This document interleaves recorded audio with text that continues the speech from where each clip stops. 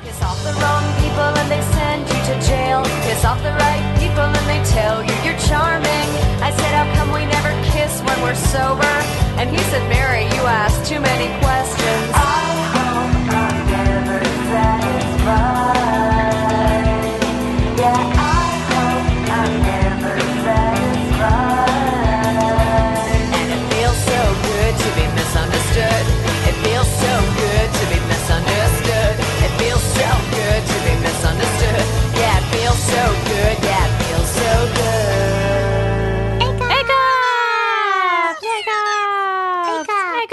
A-cups. Hello, and welcome again to A-cups. A-cups. Anne and I are here again this week with Genevieve. There's been a break. Well, yeah, I was going to explain that. Normally, we were a weekly podcast, which is what I always say, but now we're a sporadically when I'm in town podcast. Sorry. Generally, we invite a new guest every week, and we discuss the ways in which feminism intersects with pop culture and art. This week, we're so psyched to have performance artist, self-proclaimed trollistic healer, social practitioner, and mobile monastery visionary. I said visionary. I don't know if she self-identifies as a visionary.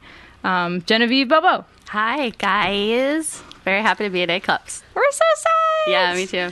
Welcome, Genevieve. Hello, I'm using my NPR voice. Ooh, sexy. So before we get into you and all the wonderful things that you do and all the questions we have for you, we start with a warm-up topic. So this is something that I think about a lot. I'm not that psyched about the warm-up topic. Yeah, I'm nervous about it right now. Well, so basically there's been, I think, like the battle of the female pop star, like who's coming out on top this week, like Lady Gaga, Miley, Katy Perry, Rihanna. Obviously I have my thoughts, and I was wondering like who your favorite lady pop star is, why, who don't you like, who do you think's on top, why or why not? What makes a great pop star? Yeah. I have to say I've been a lot less in touch with the pop music these days. It's just me then. Me too. No, but me. but I had a time when I was really, really, really about it. So, I mean, right now, I just saw the Lady Gaga art rave in Brooklyn. I was there live, and Tell us. I posted an Instagram heckling her, basically. It's on. I saw the one you heckling Terry Richards. I heckled Terry Richards and I heckled Gaga, and both of those ended up getting a bunch of little monsters coming to the account and like verbally harassing myself and my friends. So I deleted one of them, but that was basically me standing a foot away from Gaga and being like, Mother Kunst, oh, Mother Kunst. Oh, I did see that. And I think I was telling her that, oh, you're wearing Gareth Pugh, it's so original. And I was just being kind of dumb, whatever. Yeah. But that moment to me, it like sort of like signaled the death of something, some within you. Yeah, the death of it was like a cultural shift in a way, like her, kind of taking all this contemporary art and kind of like underground culture in a way, the idea of a rave, which has become very like the DIY scene is very on that tip or whatever, sort of signaled the death of all of that in my mind. And I don't know, but then I saw her on SNL and I thought she was a brilliant entertainer. So Lady Gaga she's hot and cold for me, but I'm always super enraptured. I think she's an amazing performer, but an artist, I'm not so sure. I don't know what her intention is, so that becomes tricky for me. She's a pop star. Yeah. I wouldn't. She appropriates.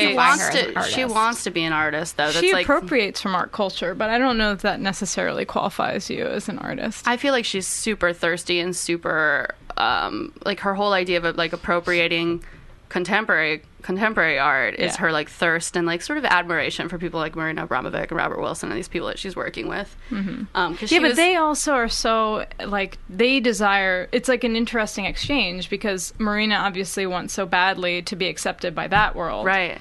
So, to be a pop star. Yeah, it's a barter. Yeah, they're bartering. They get the both. Because she was probably like a 15-year-old, Upper West Side girl who was like, oh, but like look at these art stars, and went to the MoMA and saw a picture of Marina and was like, someday. And so whatever, she's getting her like adolescent dream fulfilled and they're getting their fame. There's also a certain like level of like class that art stars have that pop stars can't always grasp. So I feel like she's also trying to like hold on to that. You mean like the intellectual? Yeah, like intellectual seriousness that I feel like she'd probably, you know, she's obviously a very smart person. She makes like the majority of her music.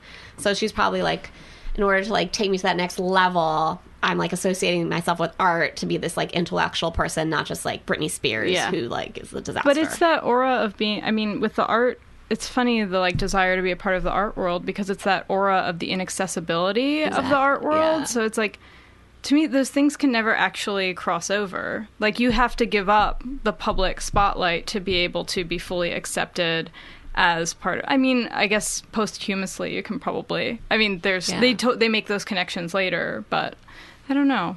But I do like about Gaga, I do like her kind of like, I don't know, I mean, I think it's also problematic, but her kind of like, I have problems, I have real problems, and I want to help like all of these my young fans with anorexia. Yeah, but like, she but has, it's also, she has a really skewed message, and I noticed this at the concert. She had this one moment where she's singing Dope, and she's being like, you know, well, the hardest thing I ever had to do is give up alcohol and drugs, and she's having this like preachy moment. And then a few minutes later, she's like, okay, guys, thank you for coming to my rave. Enjoy the open bar. I get really drunk. And she's just being like, so it's like she really gives a conflicting message. And and it's just due to her age, probably.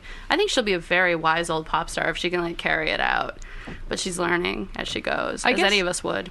But I guess also, I mean, she's part of branding strategy. So branding strategy right now is like, take on every cause as your cause. Like this sort of like, let's, like pro, you know, or anti-alcohol, pro-party, pro-this, anti-this. Like everybody has to have It's like being a politician. Yeah, exactly. But she's like taking all of them. She's like, I'm just going to take a stand for fucking everything. And then how can anybody not like me? And obviously I was a little disturbed that she's, you know, still working with Terry Richardson.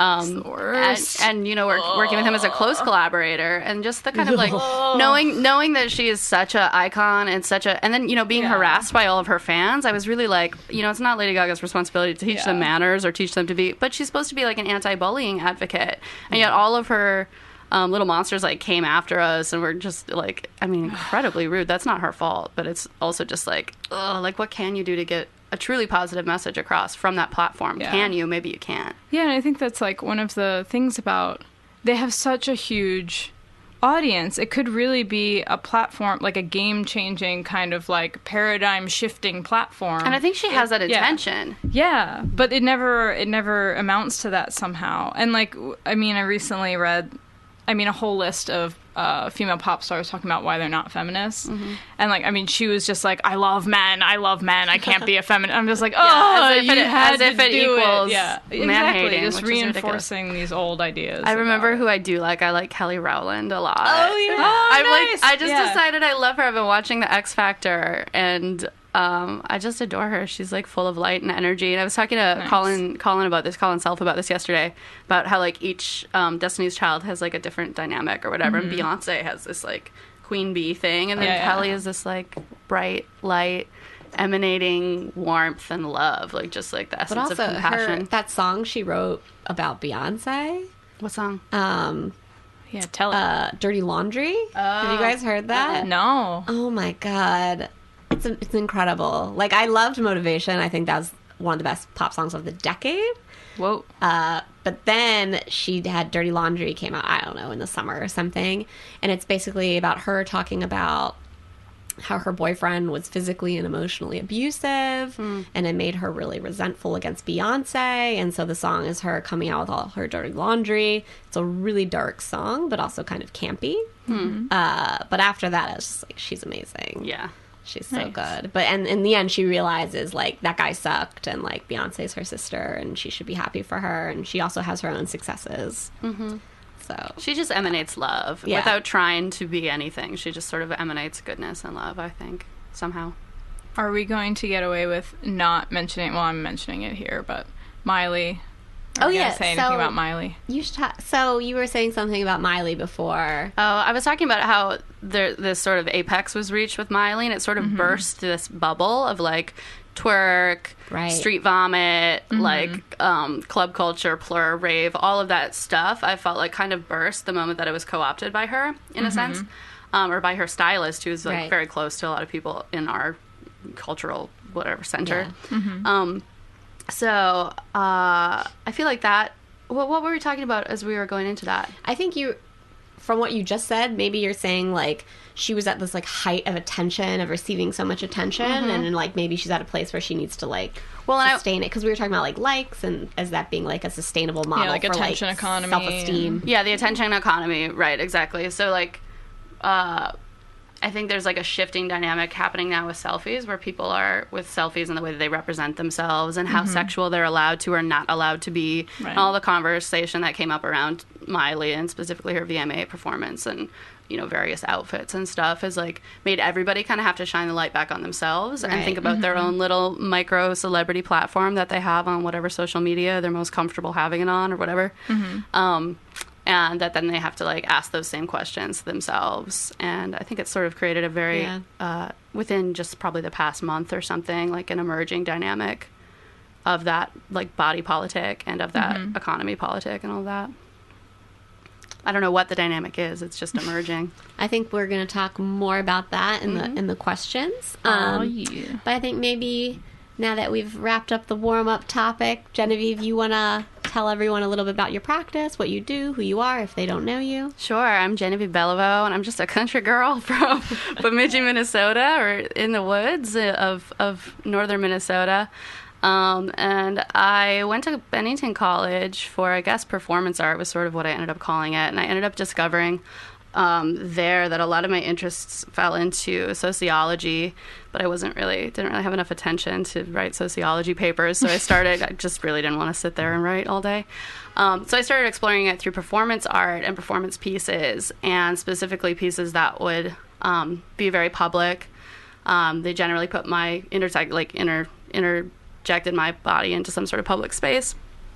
And, you know, I was thinking about today how, you know, when I graduated college, I gave a little sort of drunken speech at the graduation dinner where I congratulated everyone there on the LARP that was our that was our 4-year education. Because at Bennington, for whatever reason, there was like a very anti-LARPer mentality. There was like a group of kids who were all LARPers who literally went out into the woods with their vials of blood and their swords and all of that. And you know, 79% of the campus hated them or whatever, and just really looked down on them. And I was like, I would like, that really affected me and my work, I think, in a big way. Wondering, you know, how those divides came about, for one thing, cool kids, not cool kids, like, people you should pay attention to, shouldn't pay attention to.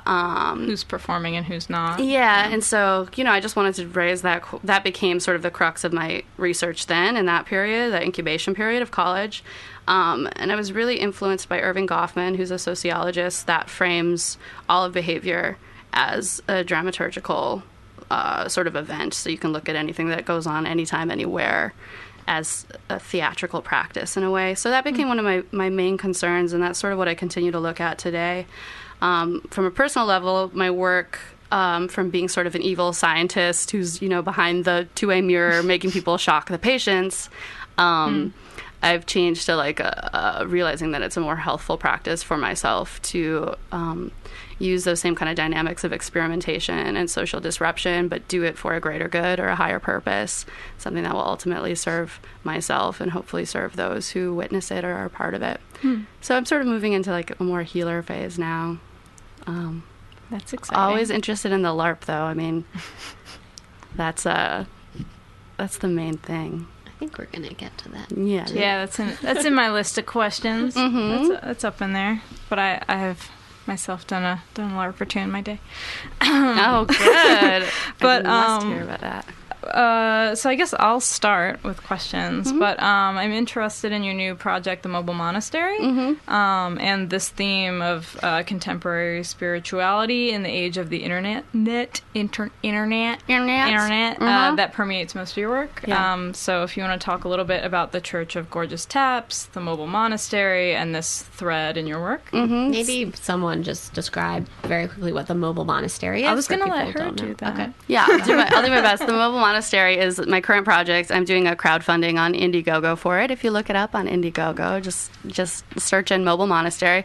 There's a video and a little more description of the project. But my cat, and I have a miniature dwarf cat who's a part of the project. Her name's Cuckoo Cat on Vimeo. She's so beautiful. We talked about her for a half an hour beforehand, so we're not going to talk any more about her. Yeah, now. we can't do it anymore. So the Mobile Monastery is a project that I'm undertaking, which is sort of a lifestyle project that bleeds into my art practice.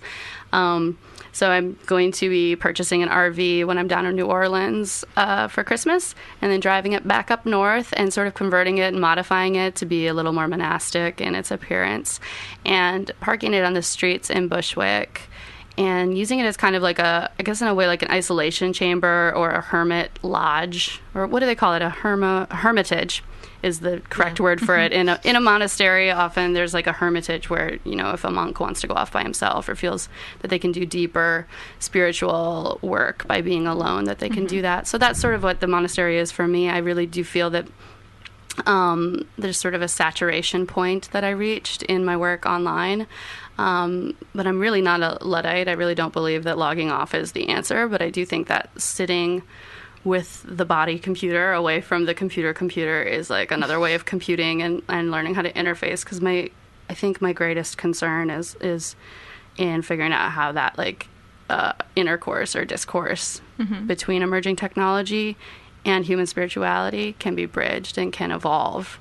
Because I think let me get back to the Mobile Monastery, or I'll digress, but the Mobile Monastery is basically just trying to find that space for myself, and in it incorporating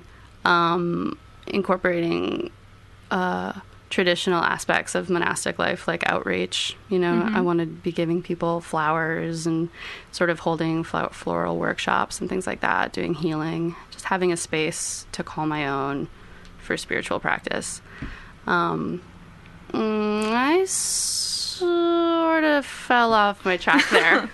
So I guess, where did sort of the Church of Gorgeous Tap start? This spirituality aspect of your work. When did you get in on that? It sort of occurred to me. I guess that must have been 3 or 4 years ago.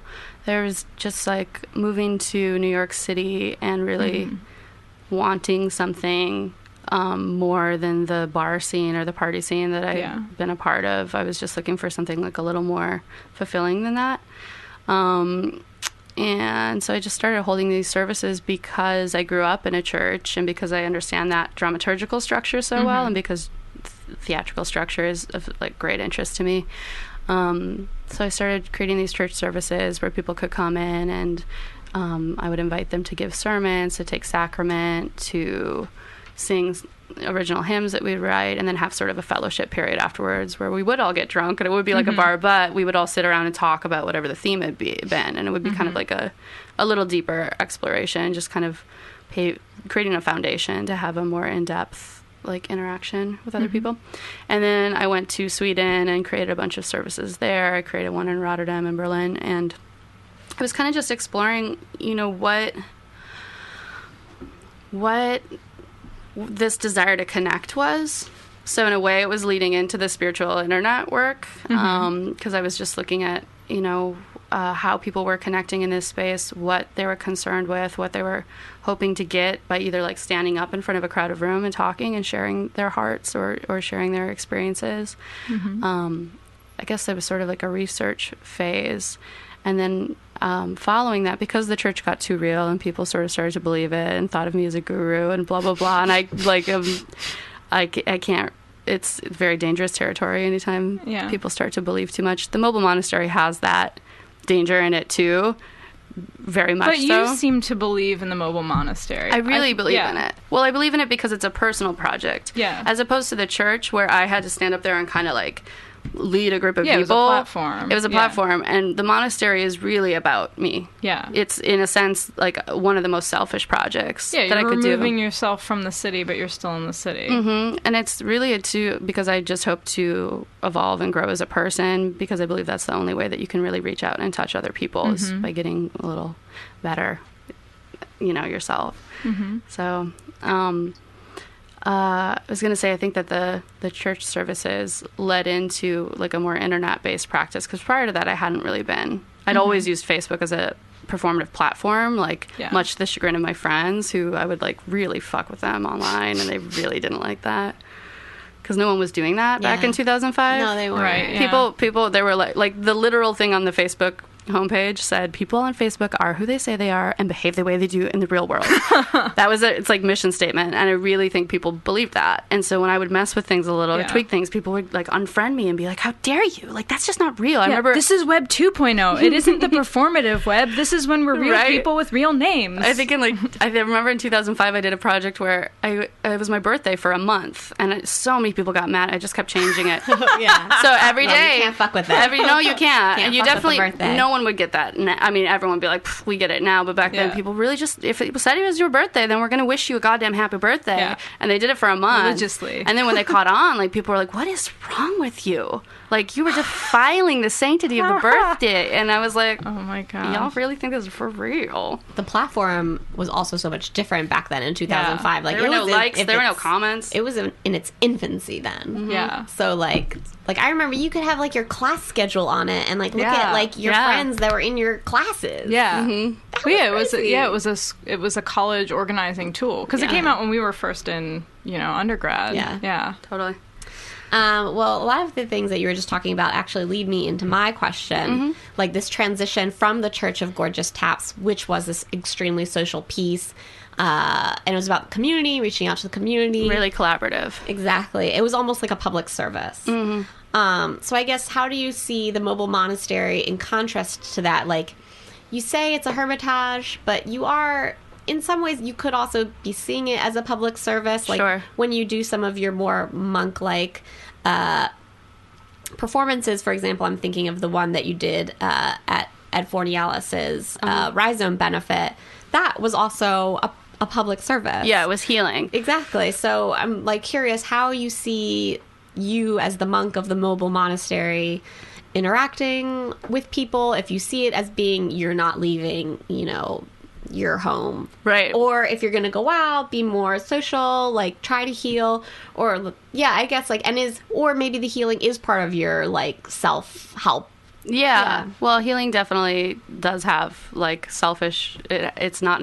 There's no such thing as a completely altruistic act. But wait, sorry. When you say healing, can you just like give me like a rough definition of what that means? Well, I don't know. I mean, it's still a very new part of my practice, to be honest. I've only recently started to sort of call myself a healer, only because I've just observed the effects of things that I've done, and experienced the feedback of people who have felt healed. That's the reason I call it that. So the floral healing that Anne was just talking about that we did at this Rhizome benefit was totally off the cuff and improvised. I just didn't even know what I was doing. But but you were still you came to that space being with the guru. I was given the guru role, and I took that, whatever that meant, and interpreted the guru as my character. So I took a bunch of dumpstered flowers and whacked people really hard on the backs with them to stimulate their blood going to the surface or something, and then rubbed the rose petals together and smeared blood-looking stuff all over their face to open up their whatevers. And it's sort of something. I mean, whenever I talk about the healing, that part of my practice is in a way like a little. It's tongue-in-cheek. It's a little tongue-in-cheek. Yeah. There's a part of me that really believes in it, and actually believes that the tongue-in-cheek part and the humor is advantageous to actual healing. Right. It's part of the healing. It's part of the healing is that you really don't want to take it too seriously, because I don't know what the fuck I'm doing, and you don't know what you're doing, and maybe you could do what I'm doing. And it's sort of to try to like step back from that guru preacher character that I was taking, that I sort of did take too seriously the first time. And just wanting to say, like, I really don't know, but let's try this. And so the tongue-in-cheekness is sort of maybe a protective I think measure. it also, like, you basically just sort of said it kind of gives it humanity, because it makes you seem not all-knowing. It puts you on the same plane as the person you're healing. Yeah. So in that ways, that's also very healing. It's like, you're human. Yeah. You don't know everything. I don't know everything. Yeah, which is, I think, the obvious danger of any spiritual leader that has ever existed, is when they try to, when they become drunk with that power, Exactly. or hungry with that power, that's just like the most destructive thing. We've seen it go down that way so many times. But the mobile monastery, the idea of the hermitage, in a social sense, I think is what you're asking. I do think of like the hermit metaphor is like a very grounding principle in the work. So I'm a Cancer, is my zodiac, and I'm very, very, I really feel for the spirit animal of the hermit being able to carry its home on its back, but hermits are colonizing creatures, and they really love to be in the colony, but they know that they can always move if they need to, and they can move to other colonies. They can run out to the ocean. So that is sort of my vision of the monastery, is knowing that when I need to be in my shell and be very alone, and I need to go upstate and like breathe in the trees or whatever, I know that I can do that. Yeah, you can just literally leave. I can Drive literally and leave if I have to, but I'm not really setting up any boundaries at this point for like I can't see people for this amount of time, or it's not sort of a strictly disciplined practice in that sense. I definitely want the outreach to include just like the simple act of sitting with someone. I'll be in a vehicle with no Wi-Fi, and I'm not going to have the sort of like distracting modern conveniences that we have, so we can have tea and we can arrange some flowers. Flower arrangement is going to be a big part of the practice. That it's a meditative practice called Ikebana. So I mean, that healing is a broad term, and I guess it really just means sitting and being with someone. So will people be able to seek you out? Will you seek out people? Like, how do you see it working? Because you'll be parked in Bushwick, and we know a lot of people who live there, and how do you think that'll work? I'm not sure. I mean, I guess my instinct tells me it'll be sort of like it was when I lived in an apartment, and people will come when they want to come, and if I really need company, I'll go get company or whatever. But one thing that I do have left to do, and I've given myself January 1st as the actual start date of this project, because I'm actually just funding and researching right now. But on January 1st, I will have written my vows, like any good monk or nun does, and I haven't done that yet. But a lot of the vows have already sort of incidentally been pushed into motion, just because this has all been in my mind. So Like, what's an example? I think celibacy is going to be one of the vows. Oh, shit. How long are you going to do this for? Yeah, so I mean that's Anne just, and I are secretly cringing. so that's just an incidental vow, which is a part of spiritual practice, and it's a part of spiritual practice that is undertaken just so that an individual, if they feel that their chi or their like life creative force or whatever isn't being channeled in the right way, or they want to challenge it and channel it in another way and see what happens, you can subtract sex as one of the like forces that you're putting that spiritual energy into. Yeah. So that's one of the things I am interested in doing, because that has not ever been a part of my practice before. So I think that's one thing I'm definitely going to have to take a hard line on come January 1st. And I'm not exactly sure what the other ones are going to be. I think I have been experimenting with social media Sabbaths on Sunday, which is where I just stay offline for the whole day, except for email. If I have some business email, I feel like that's like getting a letter in the mail. So for some reason, email's disconnected. Yeah, no, that's for me, work. It's work. Yeah. It's work, and it's like we have to kind of roll with the punches of like, it's I don't feel that in order to integrate a spirituality with the internet, it means you have to go off the internet or something like that. I really want to learn to integrate rather than like the whole internet doesn't have to be the certain so that's why I'm calling it it social media. Yeah. I don't think of email as social media as much. It's not like a scrolling practice, Right. So Notifications. it's not an attention currency thing. Yeah, exactly.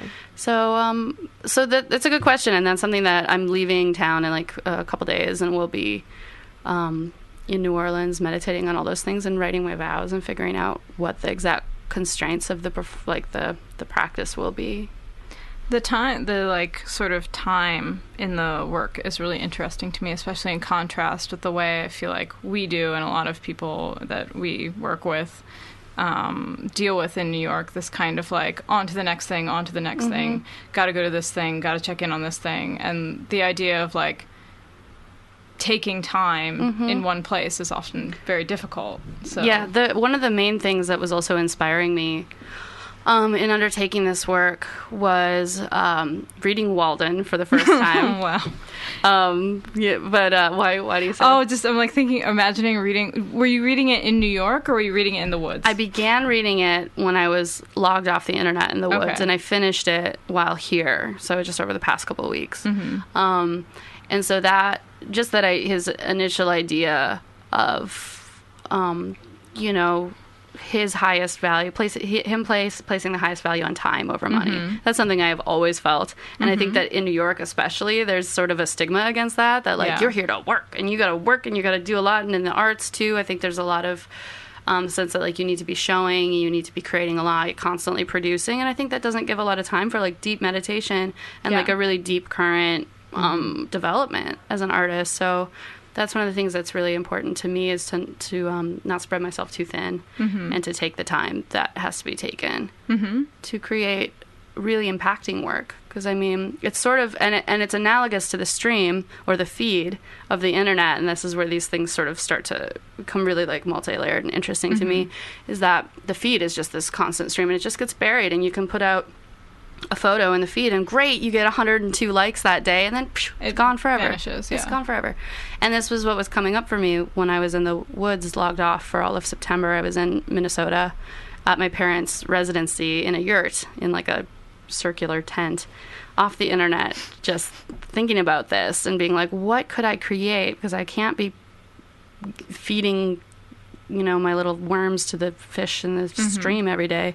What am I going to create that's more impacting? Yeah.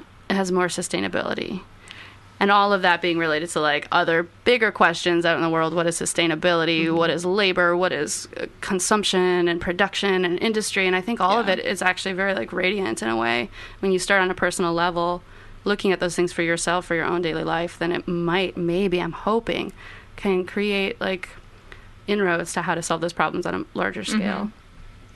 This is, my next question is not so related to your more recent practice, I guess, but I guess you, before this newer project, and I'm not sure if you're still doing this, but you were making a lot of what some people might call selfies, what other people might call performance gifts, what I don't know, what to call them, but there were a lot of nude photos, and I'm wondering, like, what are you trying to communicate by contributing these kinds of photos to, like, the feed that we're talking about? I'm using air quotes.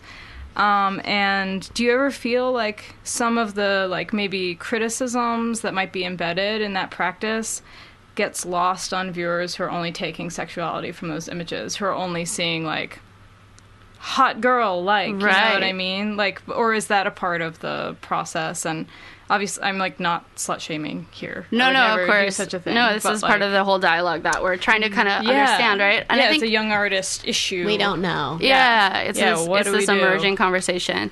I think when I was posting nudes, all of the nudes I was posting, for them, I'm going to say at least 90% of them were all photos that I took because I'm a nude model at SVA. And that's been a very informational or informant part of my practice for 6 years or so since I moved to the city.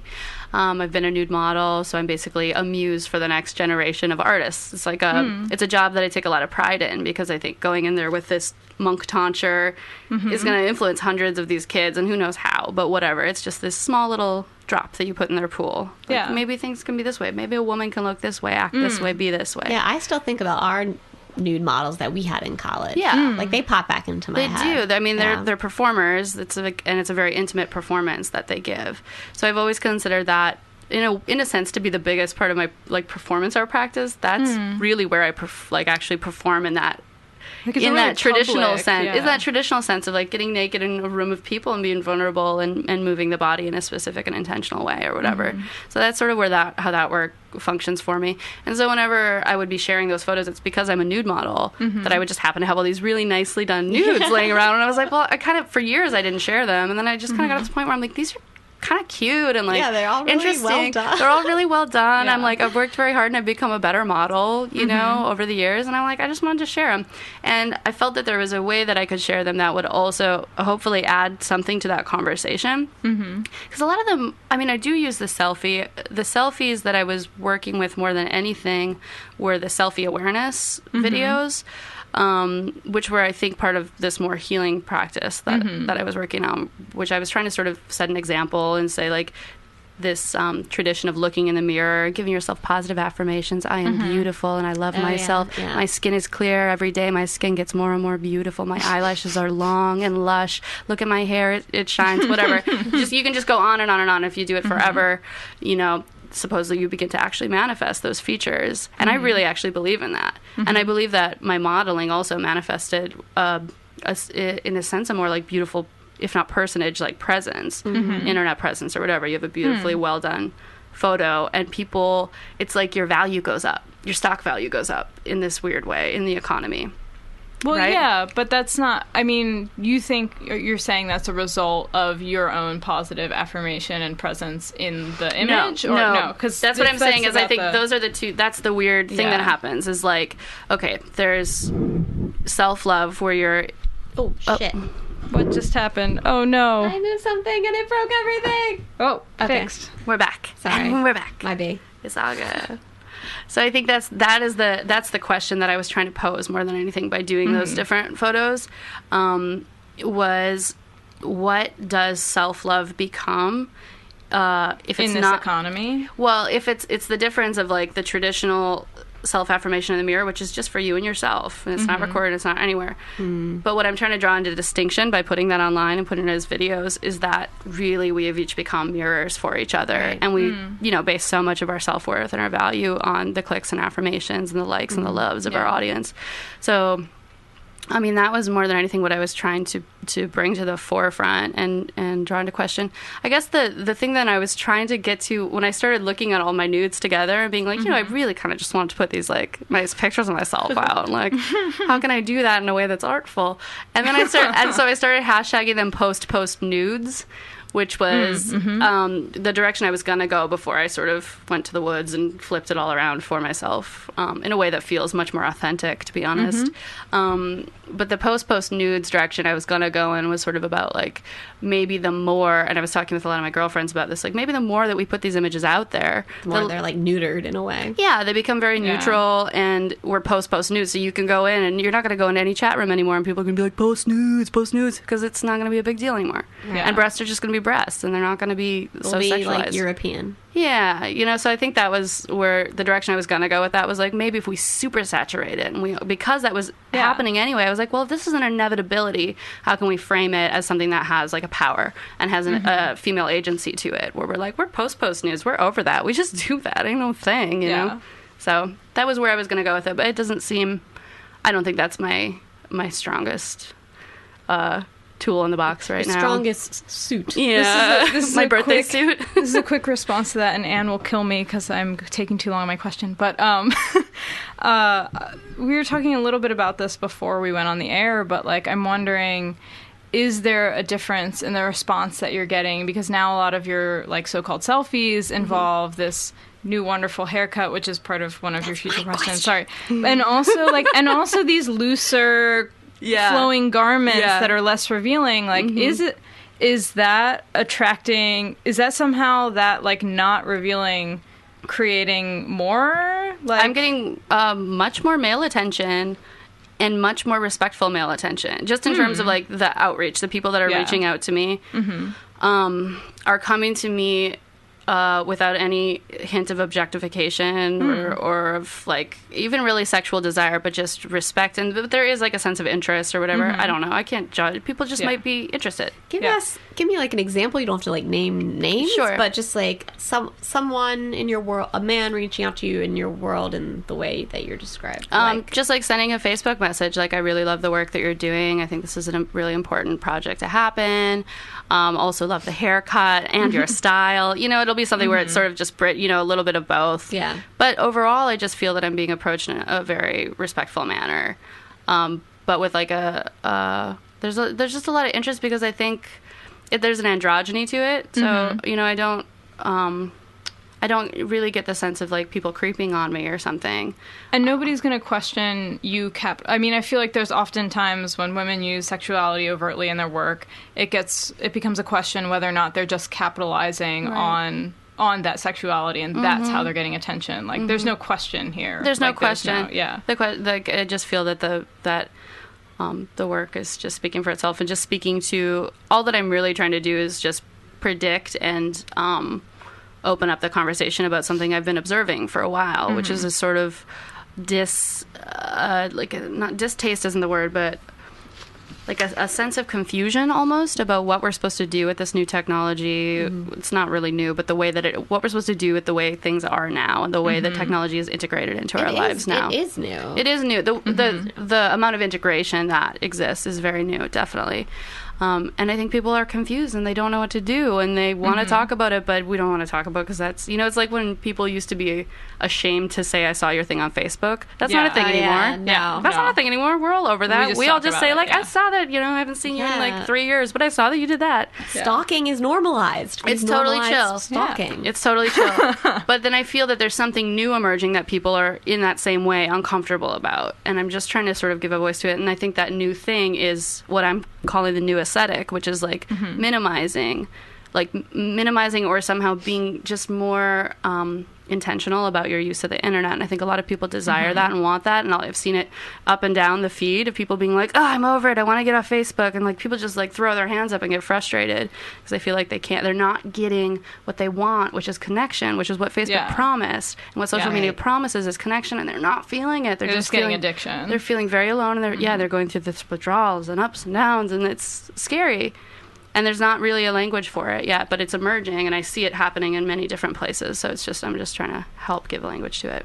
Yeah, I guess I think a lot of it has to do with the way Facebook itself has changed, too. I feel like when I've been on Facebook since 2004, but I didn't really get into it until 2008. And that was because I was in grad school, and I saw all my grad school friends, like, talking to each other, like, commenting on Facebook. And I was just like, oh, my God, they're having this whole world of social interactions here that I'm not a part of. And so then I was like, I gotta get in and like get back on Facebook. Early FOMO. Yeah, it slowly was. Yeah. But like, I guess in the opposite. But anyways, so then like I started commenting and at first it was like, yeah, I'm like building these like bigger bonds with my friends and reaching out to people who like maybe I wasn't talking to before. And then since then, so in the past 5 years, I feel like that has like spiraled out of control because back then there wasn't notifications. You just had to constantly like see if people were commenting on things or like just see what was going on. But now like because of the notifications and the ticker and everything, like you're just hooked, you're addicted. And it's so like an IV drip. Yeah, so that like connection that was first there for sure when it started, that feels gone. And they're also not necessarily extensions of these other relationships we're already forming. Like being in grad school now, there's a whole bunch of people in my program that I never see physically, and even when I do see them physically, we don't talk, and we're like super tight on Facebook. Like it's just a different kind of like comfort and a different level of communication that isn't, I feel like it's somehow at this point like not even related to like physical relationships or something. I don't know. Yeah, and that's where the connection is lost, when that link is gone. Yeah, or it's just a different link. It's an emerging. It's like it's an emerging practice for connection. But I think people are really scared that they're just scared. It's an impasse in a way. I just feel that there's like sort of an impasse where we're trying to figure out. Did you see? I saw an article yesterday that they're gonna maybe at the last Facebook hackathon or whatever it's called, that they want to add a sympathize button. Yes. In addition to the like button. And I thought that was so interesting because it was also pointing to this idea that people aren't quite being able to express and connect in the way that they want to because Facebook is not the real world, but we're spending more time on it. And what I use the air quotes on the real world, whatever. They're spending so much time on it, but they're still not able to express with the same fluidity and the same, You have one emotion on Facebook, like. And like means so many things, right? And it's the sympathy thing makes so much sense because so much of what we express on Facebook is not only our achievements, but also when things are going wrong. Condolences. Yeah, and so people, you don't know how to respond to somebody who writes something tragic. You can't. You want to like, but you're like, that's not exactly right. So yeah. Do you want to expand on the haircut or no? Well, yeah, I was just going to go on to that question and just say how recently, you used to have long flowing hair. All very fake. Yes. Fake clip-in hair was a big But it was beautiful. But it was very glamorous. And it was iconic. Like what I was doing Yes. with the avatar was making like the hair was the thing. Like Yeah. it was a very iconic part of the avatar that I was using. And so now you've shaved your head basically like Friar Tuck. So there's like a little bald spot in the middle, and the hair is short altogether around the edges. And then also, as we were kind of just briefly discussing beforehand, you're dressing in more flowy clothes. So kind of your art practice has shrunk away from this highly sexualized image, and you and your person has too. Obviously, those two things are related. So I guess I was just interested in, oh God, what I would want to say. Just how, I mean, you were talking about it before, like, has it made you feel like a less sexual person, a less sexualized person? Do you feel that men view you differently, or do you feel like it's just like another fetish, like fetishized thing, like another thing that you made hip or cool, and now people like you more, right? Because you did this hip. It's a funny thing. It's a fine line. I wanted to say that the reason that I did the tonsure haircut was when I was in the woods. It was really the only project that I had planned. I said I knew I'm going to log off, and I'm going to, when the time is right, I'm going to do this haircut. And the reason. The moment came when I was finally able to do it, and I cried, and it was awful. It was a very scary experience, whatever. But I really wanted to do it to dedicate myself to my practice. That was the main sort of impetus. I wanted to say that by cutting this off, I'm not letting that other stuff get in the way. Because I think there was sort of a feeling over those months of the hair and the sexualized image and the elfie sort of manic pixie fairy girl, literal look that I was embodying. That something was being lost, like the real mission, the real purpose that I have for being a creator and being an artist, healer, practitioner, whatever, that was falling by the wayside to the service of the image.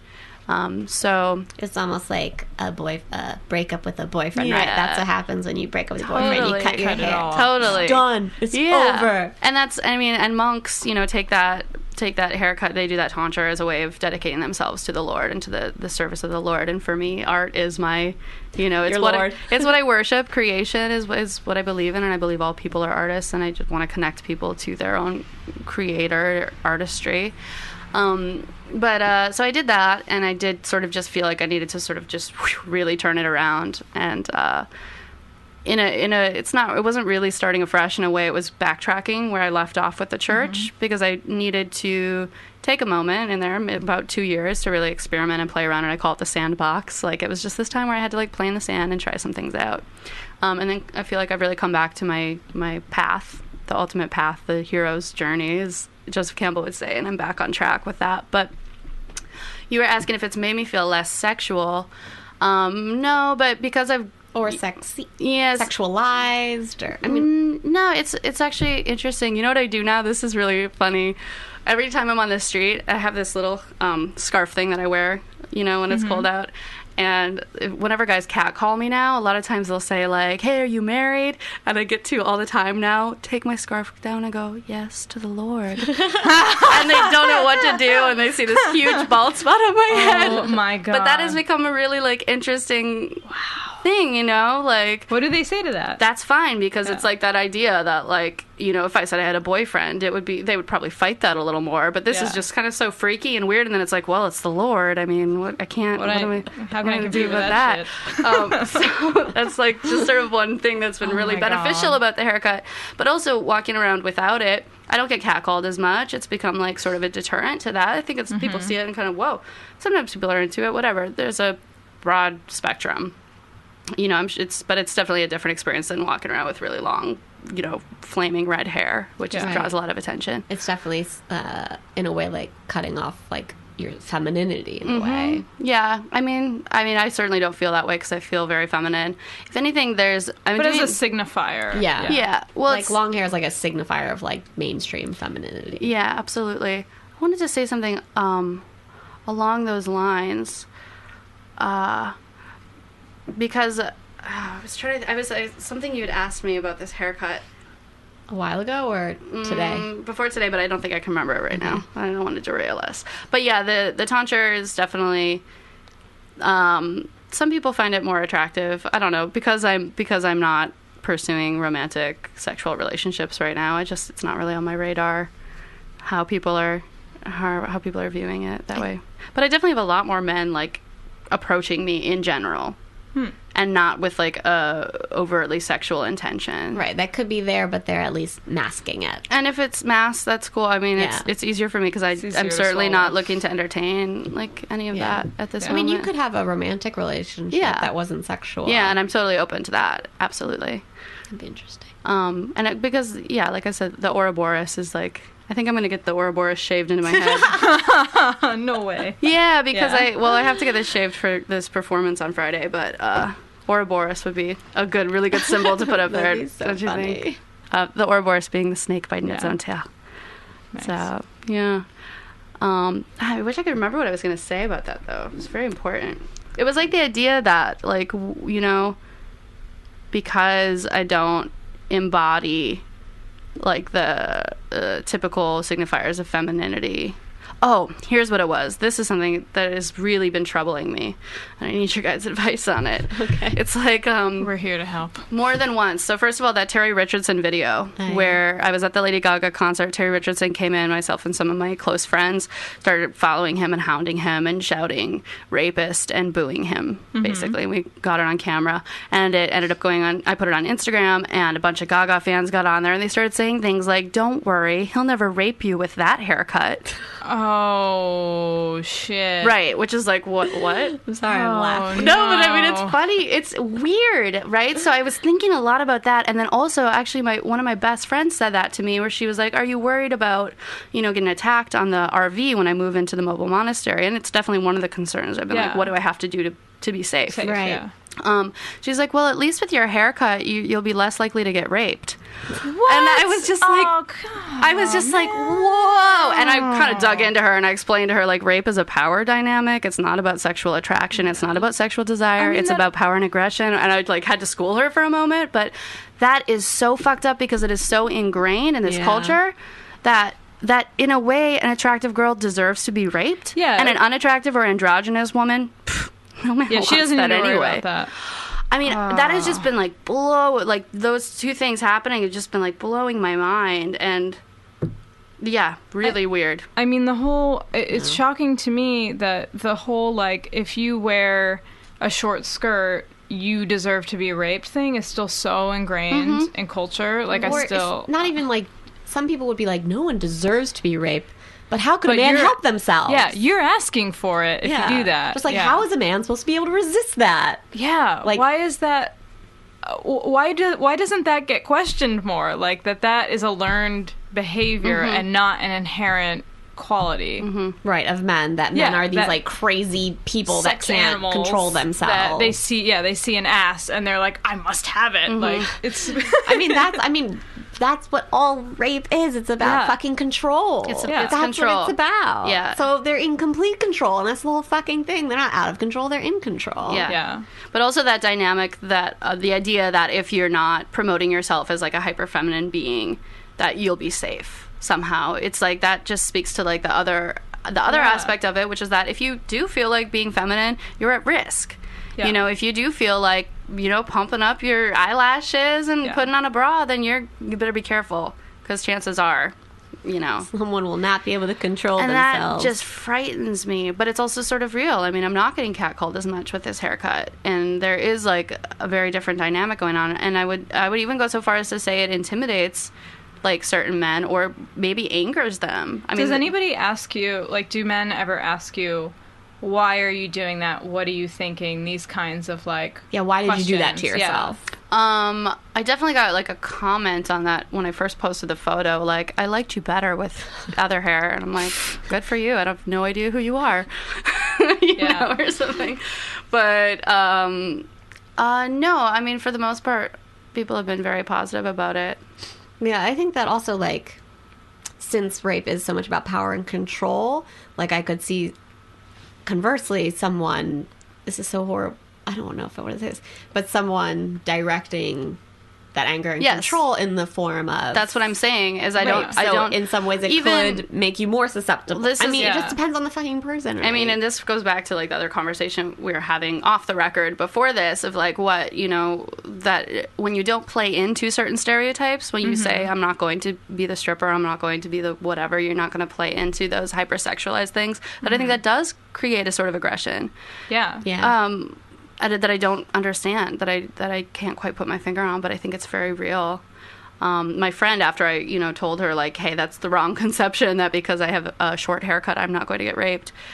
She was like, oh yeah, one of my best friends was really dykey and got raped. And it's just like really like, yeah, duh, anybody. Yeah. It is power, it is control, it is Yeah. aggression, and yeah, it's dark. It brings up a lot though, I think, for the feminist conversation having a it's funny how, and it's also this is a male haircut, you know, this is not monks did this, nuns didn't, nuns covered their hair, you know, so there's something also interesting in that I don't know where that takes us, but We can move on to my next question. I didn't realize I have 2 questions in a row. So you came up with the term trollistic healing, which I love. And I wrote that. You wrote that I obviously love. I know, but I just said, like, I love, and I didn't even realize I'd written it. So. I love. Can you describe this term and how you used it and how it's helped you or perhaps hurt you? Trolling is something that people describe as being really negative, but I wonder if it's possible to use as a positive or whether that negative energy just gets deflected back to you. So. When it was a couple of years ago that I started using the term trollistic healing because I was thinking about altruism, and then I was saying altruistic healing. You know, there's no such thing as a truly unselfish act. Even like slime mold, you know, there's like the only thing that's really altruistic is this type of slime mold that will like kill itself for the colony or whatever. You know, but like biologically there is altruism, but in humans I'm not so sure. So when I was looking at healing in the internet back then, I was thinking about, you know, how all the entire spectrum of emotion is very important for healing. I think any kind of guru that's like, it's all good, it's all great, you're wonderful, you're great, is just very diluted, because you have to be able to access the dark parts of yourself. You have to be able to face the good as much, or the bad as much as the good.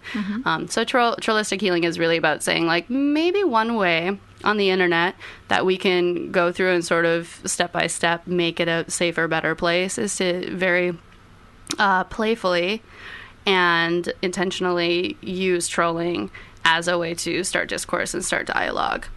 And I think the way that I was using it then was trolling, and now I hate the word trolling, to be perfect. Everybody uses it, like... Yeah. Well, it's lost its meaning. It doesn't mean anything. People are like, yeah, I was trolling down the street. And like, I was at McDonald's and like totally trolling. And I'm just like, you don't even know what you're doing. You don't know what that means. It's like curating. Trolling is the new It's curating. really, I hate the word trying to like calling people out on it so much. But anyway, trollistic healing is just the idea that you need to have the bad in order to access the good and the yin and the yang and the blah, blah, blah. So just accepting that your inner evil, whatever it is, actually has the potential to be a very like powerful tool of light and guidance. So that's like the main thing with it. And then it sort of translated also to live performances as live action troll play, which is of course a play on live action role play. And that was another form of sort of live trolling.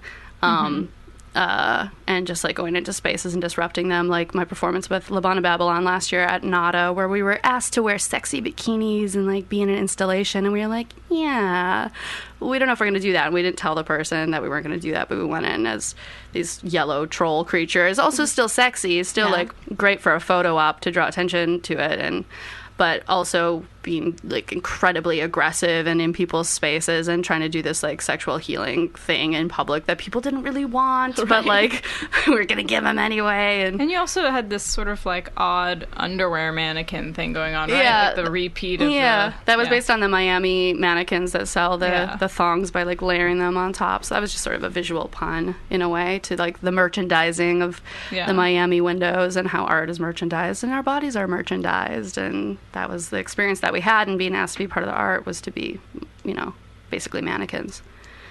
How do you respond to, I mean, this is assuming that you didn't have like other work in the art fair.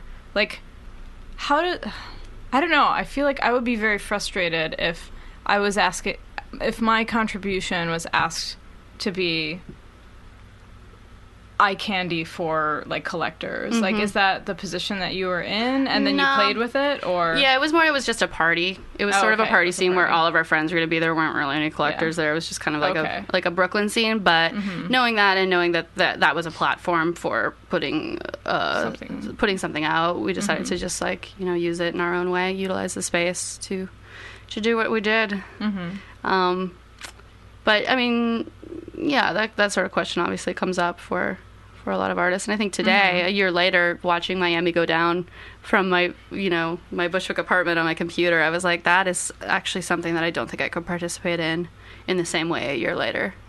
Just having gone through like certain like requisite experiences and realizing, Or maybe it's like, been there, done that. in a way, yeah, there's a little bit of that. Did it. did it last? I definitely have chronic chronic Mountain Dew syndrome. We're almost out of time, but I thought of, this wasn't a question that I was going to ask, but I was thinking about, we didn't talk that much about, we just started to talk a little bit about it, but we haven't talked that much about your participation in nightlife. And like, you're super active in nightlife. Just recently I was at the Whitney and I was looking through the Nightlife as Social Practice book, the Jake Usna Museum of Arts and Design book, and like, I don't know if I entirely buy it, but I mean, I like that the conversation is happening, that academia is like, we have to address current nightlife and these enclaves and things that are being formed. And I don't know, I guess I was just wondering about like what your participation in those scenes mean for you, and like what you think about this kind of new,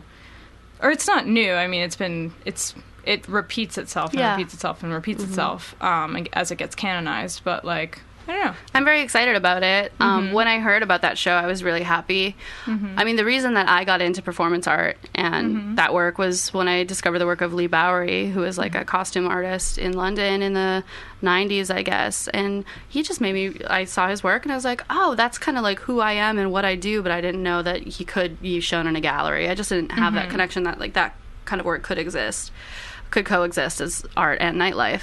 So I was excited about that. And then it was really only recently that my work sort of went into that territory. I finally got to sort of live that fantasy for myself and then step back out of it. And again, that was just sort of like a sandbox experiment where I really wanted to go in and play. Yeah. And I think that that's one of the main things that exhibition posits too, is that is where artists go in and sort of work out their bigger ideas or meet their collaborators, make friendships, and then go. It's a freer, more open space. Yeah. So I mean, it's I do like the term sandbox. It's like where we make the little sculptures that we later cast in clay and put in the kiln. And that's an important space. That's an important space for me because I don't have a studio and I don't know what I would do with a studio. So that, because I'm a social practitioner, that becomes a studio where you're like observing and you're playing and you're talking and you're putting on clothing and you're doing this and that. Right now, it doesn't really have anything to do with my current practice, but what it does serve, and I just had this really interesting interview for Playboy magazine with Rachel Rabbit White, one of your former guests, about the intersection of nightlife and internet art. And that was one of the things we talked about in that interview too, was how sort of when you embody an avatar online, when you take that avatar and put it into a real space, it's like that attention economy. It sort of ratchets up the value of it, like being like, oh, like, wow, they're really badass. They don't just do it from behind a computer screen, right? Yeah, like a little crusty troll at home, like that sort of, that's me, that archetype, right? So it's that archetype of someone who's like in a way more comfortable performing behind the screen. I think there is sort of a value. There's like a social value to saying like they're all really ballsy. They also do that in public, and nightlife is a safe space to do that, and especially the community that exists in Brooklyn right now is incredibly safe and supportive environment to do that. And I think it just adds to, it adds to the amount of people that you meet and the cross pollination of ideas. I like it. I like nightlife, but yeah, it doesn't really jive with my whole monk thing right now. I have to be really specific about what I go to and why I'm going to it, and that's just part of that could be a vow. I think that's going to be part of the vows, is being extremely intentional about when and how and why I go into the public in that way. 'Cause I think When you say you don't have or want a studio, it does feel like the mobile monastery. Oh, it will be. It's going to be a sort of... Definitely will be a studio. I mean, I'm working on a illuminated manuscripts, like illustrated book that will be done in the style of sacred text, to sort of document the whole thing. So I'll definitely be working in that way. That's sort of slower pace, you know. It's not on Photoshop. It's all by hand, calligraphy, and watercolor. So I'm excited to sort of step back and go into, because I've never really had a studio practice. And so in a way, it'll be my first studio practice, in part because it'll be like my first studio apartment, you know, which is like the dream in New York. And I'm going to make that dream happen as cheaply as possible. Will there be other monks or just you? I think it'll be just me, unless I like meet a cute friar somewhere. I mean, that would be great. Who's down with the celibacy thing? It'll be me, and it'll be my cat Cuckoo, who's the mini dwarf cat I alluded to earlier. A in the little program. robe on her. Yeah, she's really. Everyone keeps telling me to give her a tonsure, and I'm like, I don't know if that's right. No. I don't think that's right to do that to your don't do animal. that. They're like, people shave their cats all the time. I'm like, not my cat. So, yeah, I'm very excited to have that space. Nice. Awesome. Great. I think I feel like, I mean, you're keeping time, so you tell me. the hour is up. Yeah, it is. But we usually take the end for you to plug website, anything you're doing coming up, if you want to talk about whatever. Okay, cool. Well, so the Mobile Monastery, as I mentioned earlier, is this campaign to fund my buying an RV and living in an RV on the streets of Bushwick. And it's at Indiegogo, and I don't know the exact URL because it's a bunch of numbers and letters, but if you just type in Mobile Monastery in Indiegogo, you'll find that any contribution is helpful. Check out the perks. I'm like, really want to make a custom candle for somebody. Nobody's ordered that yet, but that's like a prayer candle. And I have like a special oil that I'm having blended for one of the perks, and there's some cute stuff there. A lot of handcrafted goodies. And then this Friday, this should be a very interesting turn of events, but I was asked by Nicola Formichetti, who does he's styled Lady Gaga and did that whole Diesel campaign with a bunch of our peers and stuff. So it's a very fashion guy. It all comes back to Lady Gaga. Isn't that funny? Today. Exactly. So we're back around to Lady Gaga, and his former or current stylist or whatever asked me to do a performance, and I don't know what to do for a performance. So I'm going to take basically all of the clothing I own and sell it off of my back. So I'll have a lot of stuff for sale. Lots of really cute and trendy Tumblr clothing that I don't want to wear anymore. What about your shoes? Are you going to sell? I don't have any shoes. The tragic thing happened while I was out in the woods, logged off. My super threw out a bunch of stuff I had in what I thought was storage. So I literally I came back, and this was your shoes? And this was very telling. This was prophetic. Amazing I had shoes. amazing, but you know what, ladies? Now I'm really over. free. Now I can really walk. I'm not true. I'm not bound by these high heels. All I had on my feet was this pair of very sturdy hiking boots. I've never been bound by high heels, to be honest.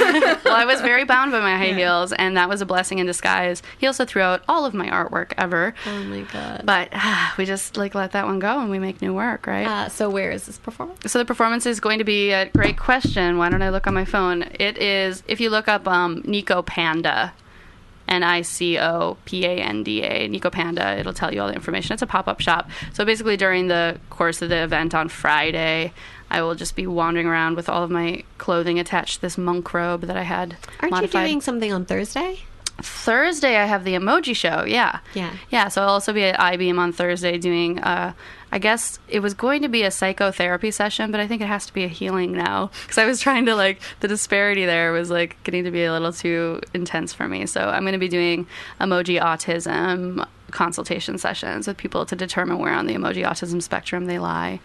There's a lot of misinterpretation of emojis out there, and I want to make sure that you don't have problems in your interpersonal relationships when you send a grimace and you really meant a big smile. So I'll be doing that. I think that's 7 to 10 or something. iBeam on Thursday. I don't remember. Yeah, something like that. Should be cute. I'll be there. Yeah.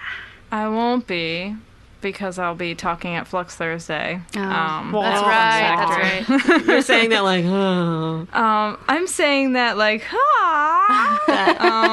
really. That's Flux Thursday is from 8 to at Flux Factory. There's a big dinner, and then presentations by me and Dylan Gauthier and some other awesome people, probably.